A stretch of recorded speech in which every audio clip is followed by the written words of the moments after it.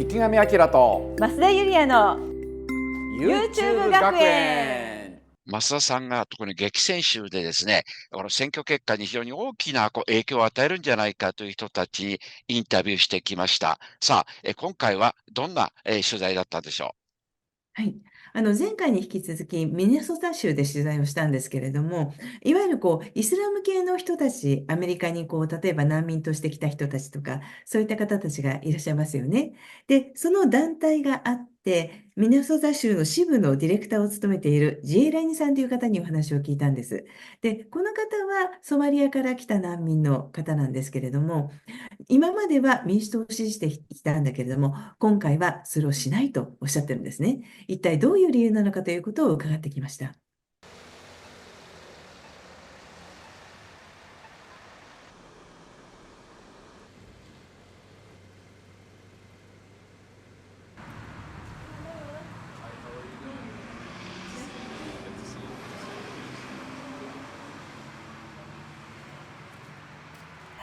ジェイラニさんは普段その政治と関わる活動としてどんな活動をしているかということをまず教えてください。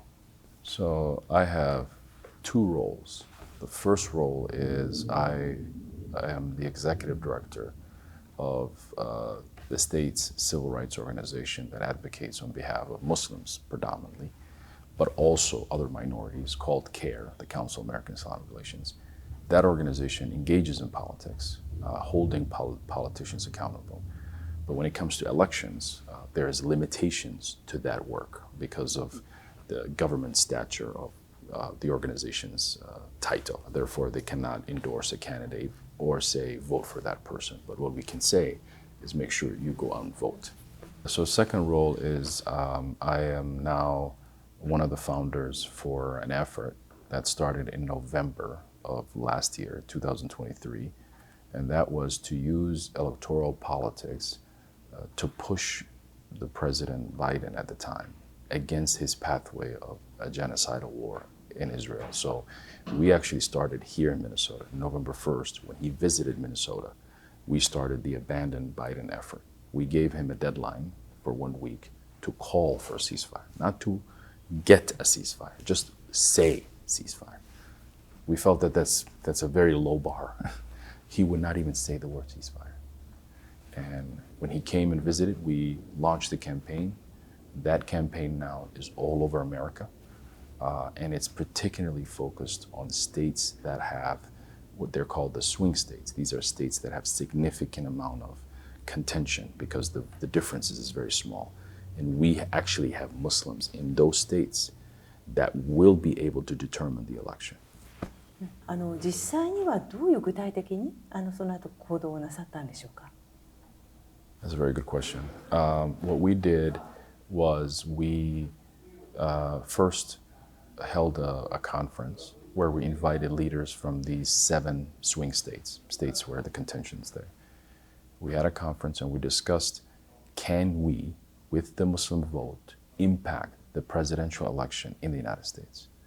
And what we came up with, we concluded that we had more people who could vote in those swing states that would tip the scale one way or the other. So in December 3rd of 2023, we announced that President Biden and any other Democrat at the time, or at least President Biden, lost the election because Muslims are not going to vote for him. And by that time, in December 3rd, there was already an incredible amount of anger toward President Biden's actions. And so we came with that conclusion and we began to work toward pushing the Biden administration to understand that this is only going to get worse. Meaning the longer this war, the more likelihood that they do not engage, the more likelihood more and more people, not just Muslims, more and more people would not vote for him. And we saw that with the rise of the students on campuses. We saw that with other peace activists. We are seeing a resurgence in the Green Party in the United States. And also, we are seeing what we did not predict, which was more people voting for Trump. We expected Muslims to immediately just go vote in the middle, the independent party, Green Party. But we're seeing now, at this junction, more and more people voting for Trump. Before that, at the beginning of February, we began, after the abandoned Biden effort, others wanted to join, but maybe not a serious consequence. So one of the things that came out of the abandoned Biden was the uncommitted movement. And this was a movement of Democrats saying, in the primary, why don't we vote uncommitted to remind the president that he has so many people who are worried about this issue. And I led the effort here in Minnesota while everything happened. I was one of the people who helped with that. And Minnesota was the #1 state with the percentage. 40,000 people voted uncommitted.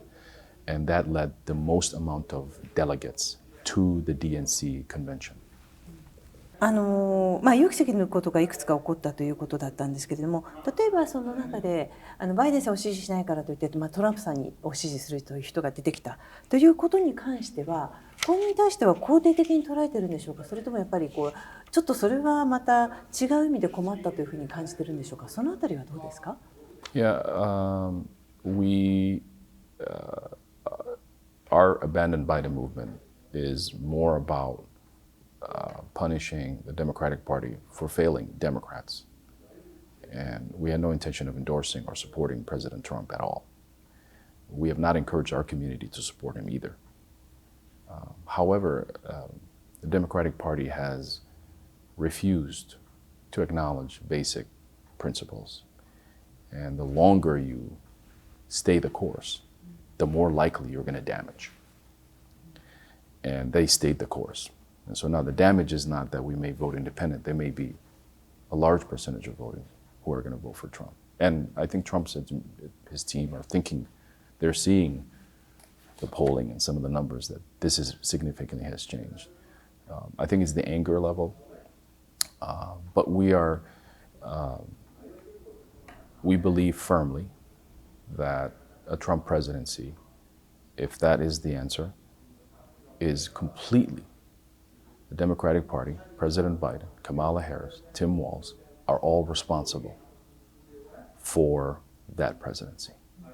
We gave them almost a year, and we spoke at the mountaintop. We did not hide.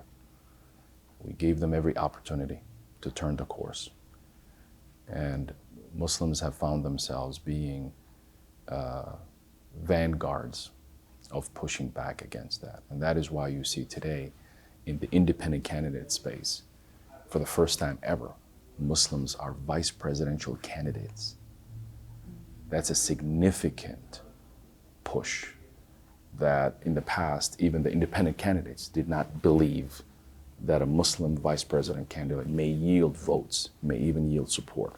But today, two of the leading independent parties in America have Muslims as their vice presidents. This is because there has been a seismic shift of American Muslims moving from the Democratic Party to being independent. And that is a direct result of the failure policy of Biden and Harris. このインディペンデントの候補者っていうのはどういう人のことを言っているんでしょうか。例えば今私たちに見えているのはハリスさんとそれからトランプさんしかいないわけですけれども、その他にも立候補している人がいるという意味で、その中にバイスプレジデントとしてのアメリカ人が名前が挙がっているっていう意味なんでしょうか。Yeah, so there are two major independent party. One is with presidential candidate Jill Stein, the Green Party. The vice president is Butch Ware. Butch Ware is an African-American Muslim man. And then the other one is Dr. Cornel West. And his vice president, I can't think of the name right now, but it's a Muslim female vice president. And so with the Green Party's history, this is the first time ever both of these parties have ever considered a Muslim as a vice presidential candidate. ちょっとアメリカの、選挙制度のことになるんですけれども、インディペンデントのグリーンパーティーともう一つの政党からバイスプレジデントが出たということなんですが、その人たちの名前が投票用紙に載る州というのは今どのくらいあるというふうに考えられますか？ So that's a really good question. The Green Party, I think, is the only one that has a lot more states. I think 30 plus states. But The other party doesn't have that many. The independent space is a space that both parties have squeezed to make sure that they are not viable, the independent space. So for us, we know that in order to win a presidential election, you don't need all of the states. You just need the states that are for sure always flipping, becoming Republican or Democrat. And if you can control those 7 swing states, you can decide the election. Now, something surprising could happen.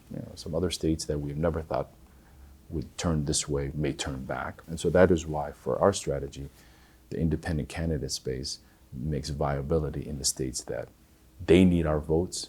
We punish them for genocide in those states.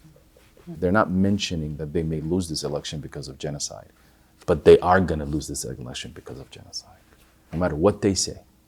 And that's why they're trying to flip the election about the right to abortion. That's the message they want to win on. But that message makes a lot more sense when you're trying to steal people from the Democrats, from the Republicans, to come support the Democrats. What Democrats are doing, what's happening in the Democratic Party is that people are leaving, their own people are leaving and voting into the independent, maybe even some voting for Trump. And they're having a hard time with that. そもそもとしてはやっぱり民主党にガザの問題とかそういうことをきちっと対応してほしかったというのが一番の願いだったという理解でよろしいでしょうか。So the uncommitted movement was hoping for that. The abandoned Biden movement believes that we have lost trust in them. And the way we can hold someone who has lied to us and lost trust is consequences. Consequences are the best teachers. And the greatest consequence is that in November we will remember.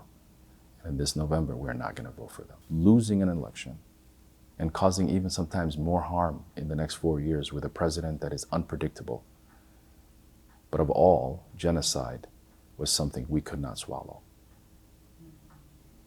ちょっと私わからないんですけれども、そのトランプさんに至ったら、リスクがあったとしても、それは仕方がないっていうこと。例えばですか、いや万が一なんですけど、トランプさんになってもっとひどい状況になったりとか、そういうことは考えられないっていうことになるんでしょうか。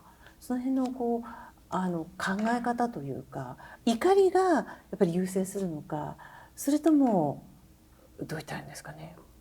わからないことはわからないこととして、その怒りの方をやっぱり優先するというか、それが我慢ならないことというか、その辺はどういうふうに考えていらっしゃるんでしょうか。What this last year has taught us is that the current structure of the American system and the presidency, especially in the Democratic Party, are more dangerous than we ever thought. And one of the greatest clarity for us, like your country, Japan, the entire world has never united in one voice against this genocide. But it has. The only ones left are the United States, Israel, and some random islands most of us don't even know. That's where America's at. And what I want to send back to your people is that in America, there are people who have not lost their faith in our Creator, who have not lost the faith of our neighbors, and recognize that an unpredictable president, voting for him or getting him closer to office, may result in 4 years of unpredictability. But it will teach the political system in this country that we, as Americans, can never be in this moment where the entire world could see the same images of those children in Gaza. So we believe protecting humanity against genocide is much more valuable to us than a political convenience. Additionally, our democracy is much stronger than the executive office. America is a country that has 3 branches of government. You have the president and you have the 2 houses. And they cannot all be the same. And that is why, even though it's a difficult decision, and the communities that President Trump went after were us. And we're the ones leading the nation saying, we're willing to risk that if you're willing to stop this war. っていうことはトランプ政権にだったらこのジェノサイドは止まるというふうに考えてるんでしょうか。 I'm hopeful. And if it doesn't end, I will know for sure that I did not participate in putting him in office. In the sense, I didn't vote for him. And I'm optimistic that the Democratic Party will go home and say we can never do that again if we want to be a viable candidate party. Right now, President Trump has declared that he would end the war. He has a history of not getting people into wars, disregard of all the other things that he has done, but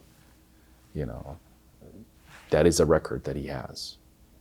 He has not gotten to these wars in those 4 years. 例えば今のイスラエルの問題が大きくなってしまったことの一つにトランプ政権の時にやっぱりイスラエルの中でのパレスチナ自治区に対する入植ユダヤ人の人たちがパレスチナ自治区に入っていくっていうそういうようなことがあってそれ自体が今回の問題を引き起こす一つの要因にもなってますけれどもそこのことについてはトランプ政権の責任とかそういうことは考えることはないでしょうか。どうですか。 No, Trump has his own faults. He's one of the most unique presidents we've ever had. He moved the embassy to Jerusalem. He gave away, I believe, land that belonged to Palestinians. But he also said things like Netanyahu is not interested in peace deal. So if the Democrats are interested in measuring against Trump, that's a very low bar. That's a very low bar. Our expectation and the reason why we voted for President Biden, for many of us Muslims voted for him, is because we believe that when a war happens or a bad thing happens, that they would reflect what we would say. That a war can happen, but that we figure out a way to resolve it. And we lead the world. America shouldn't be behind. They should be leading the world. Like they should be the ones telling people for a ceasefire. It shouldn't be Russia, South Africa, these other countries. Especially the way the United States responded to Ukraine. It's a hypocrisy in America that a Ukrainian child can be beloved in the middle of a war, but a Palestinian child is seen as Gaza official number, even though we see the bodies every day on Al Jazeera. So we are not saying that we are endorsing Trump. We're not saying that we support Trump. We're not saying that Trump is better. We're just saying that the people that we thought would end the genocide created a genocide, supported a genocide, and are the only ones standing right now in the world supporting a genocide. And for us, we believe that is the ultimate betrayal. And we will never be able to support the same people who did that to us. Oh, I was just going to say that that we are now seeing a change in the base of Trump, the MAGA movement. We never expected that the MAGA movement or leaders of the MAGA movement would come to the conclusion that this is a genocide. We're seeing that now in some of their speakers, some of their online social media presence, Tucker Carlson, you see Candace Owens, some of these people who are far right, historically have been anti-Muslim, are now came to the conclusion that this is a genocide and this has to be stopped. And that's important because these are the people that reflect Trump's policies, reflect Trump's candidacy. And so that gives us cautious optimism that maybe this genocide is so bad that even the conservative right, at least some of their leaders, are willing to recognize the danger of it. じゃあ、いずれにせよ今回の大統領選挙、おそらくはですけれども民主党か共和党かどちらかが勝つ、そのインディペンダントが勝つというのはちょっと難しいという状況にはなると思うんですけれども、いずれにしてもどう言ったらいいんですかね。皆さんがそのムスリムの皆さんが思っているような社会にはなかなか近づけないっていうことなんでしょうか。そこにもやっぱり何かしらのちょっと希望っていう話が出てきますけれども、何かしらの希望、例えばアメリカの民主主義をやっぱり信じているのか、それとも何だか分かりませんけれども、そんなふうにも政治に対して思っているということなんでしょうか。Well, first of all, it's a very difficult time. And we are put in a position where our election vote is going to be to try to stop and teach a party that a genocide is not acceptable. And also signal to the other party. Trump winning means that Muslims may have a difficult time, minorities may have a difficult time, and Muslims are willing to make that risk. So that signals to both parties that a genocide is not acceptable. So it may teach the Democrats a very hard lesson, and it may teach the Republicans a soft lesson. これからあと2ヶ月もないわけですけれども、この間活動としてこんなことをやっていこうとか、そういったことっていうのはありますか、その選挙に関して。Yeah, so we are planning to, we already started. The war in Gaza is a story that is ingrained in the backs of minds of people. And it's the type of story that is so painful that voting, we are only concerned about people not coming to vote. Even if I don't tell them to vote, even if I tell Muslims just go vote, they'll make the right decision. We are just trying to make sure that others understand why we're voting against Kamala and why we're voting against Trump. Because we believe that what we're thinking, others are also thinking the same. ここの地域の、ミネソタ州の州知事がバイスプレジデントにハリスさんが選ばれました。そのことについてはどんなふうに受け止めてますか？ We know him, and I'm one of the people that helped get him elected. But with a genocide, they all look the same. And it's very disappointing. But he refused to meet Palestinian families. There's one family in Minnesota he would have met a woman who lost 40 members of her family in one strike, all of them. And they were all, because you and I have glasses, they were the optometrists, the biggest optometrist family in Gaza, well known, all of Gaza. All of the siblings were all eye doctors, optometrists. That entire family, one strike. And as you know, in Gaza, everyone lives together. So you have an apartment, and then you get a baby, and then they have, like the kids have kids. You put another one on top. The more people, put another one on top. So they're all living at one time. And a meeting with them, what's going to happen? Is he going to write a bill to stop the bombs? No. Is he going to, himself, do something? No, just listen. He said no. Do you want that kind of person to be the president or vice president? To me, no. If he's unwilling to listen to us, then will he listen to us when he's so far away now and he's the vice president? No.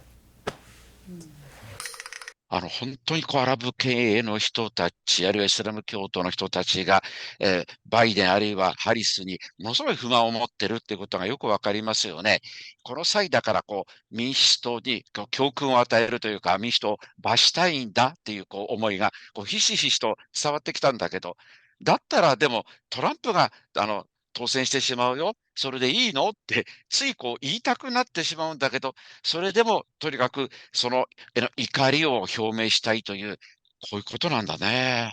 はい、だから第三の党を選ぶというようなね、道を考えてるっていう話ですよね。具体的には緑の党という党と、またもう一つ独立系の、党があるわけですけれども、それぞれの党の副大統領候補がイスラム系の方たちがついてるということで、選択肢として上がってきたという話なんですよね。